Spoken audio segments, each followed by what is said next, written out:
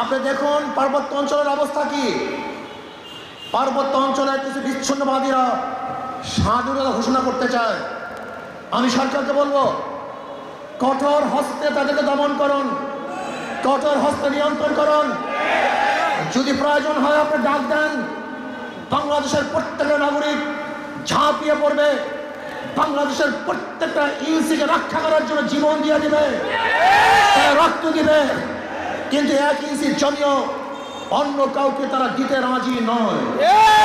আমি অন্তর্বর্তী সরকারে বলবো, সাহসিকতার সাথে দেশ পরিচালনা করেন, বাঘের মতো দেশ চালান, মাথা নত করবেন না, সাহস হারাবেন না। যদি বৈষম্য না করেন, বাংলাদেশের প্রত্যেকটা মানুষ আপনার সাথে থাকবে।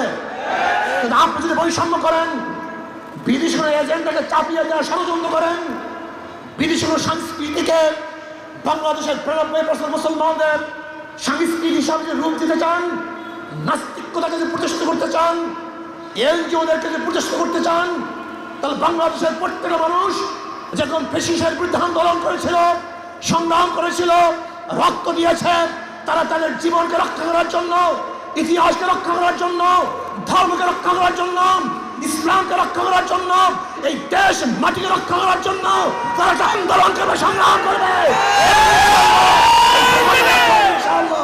আগামী নির্বাচনে শান্তির প্রতীক হাত পাখাকে বিজয় করি, পিআর সিস্টেমে নির্বাচনকে এদেশে দেওয়ার জন্য অন্তর্বর্তী সরকারকে প্রেশার ক্রিয়েট করি। পিআর সিস্টেম নির্বাচন ব্যতীত দুর্নীতিমুক্ত নির্বাচন উপহার দেওয়া সম্ভব না, পেশি শক্তি মুক্ত নির্বাচন দেওয়া সম্ভব না। সংখ্যালঘু পরীক্ষারের নির্বাচন, যেখানে মার্কায় ভোট হবে, মার্কায় মানুষ ভোট দেবে, যেই মার্কায় যত পার্সেন্টেজ ভোট পাবে অত পার্সেন্টেজ প্রতিনিধি সংসদে তারা প্রেরণ করবে। 5ই আগস্ট আন্দোলন করে, এই ফ্যাসিস্টের বিরুদ্ধে আন্দোলন করেছিলাম মুক্তি পাওয়ার জন্য, শান্তি পাওয়ার জন্য, বৈষম্য দূর হওয়ার জন্য। কিন্তু আমরা কি দেখলাম, আজকে যেই অন্তর্বর্তীকালীন সরকার আছে, সে যদি বৈষম্য দূর করতে না পারে, তাহলে কিন্তু এই রক্ত দেয়া, এই আন্দোলন করা সব ব্যর্থ যাবে, ভুলন্টিত হয়ে যাবে।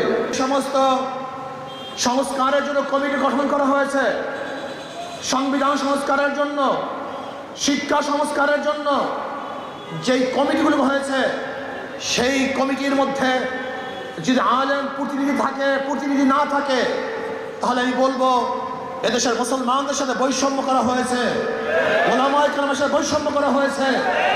আমি অন্তর্বর্তীকালীন সরকারকে বলবো, প্রত্যেকটা কমিটির মধ্যে অবশ্যই ওলামায়ে কেরামের প্রতিনিধি থাকতে হবে, এই দেশের মুসলমানদের প্রতিনিধি থাকতে হবে।